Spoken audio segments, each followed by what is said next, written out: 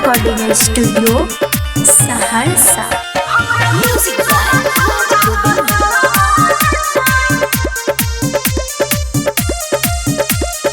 सुने हमारा दिल जहानीगे रखबो बना को हम रहनीगे। सुने हमारा दिल जहानीगे रखबो बना को हम रहनीगे। बाता हमारा मन संगे तू हमरा याने गहू में सबसे बेसी धाना छह।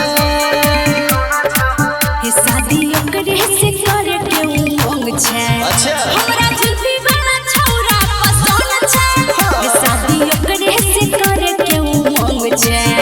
हमरा जुल्फी वाला छौरा पसंद छै।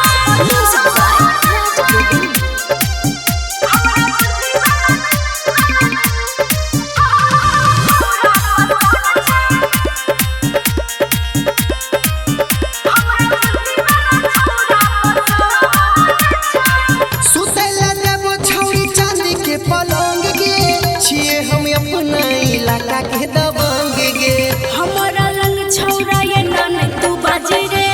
हमरा लवर छै अपने रंग बाजे रे। जे हमरा रखत हई के कढ़ा में दम छै। बोल गे बोल शादी ओकरे से करे के उमंग छै। हमरा जुल्फी वाला छौरा पसंद छै। शादी ओकरे से करे के उमंग छै।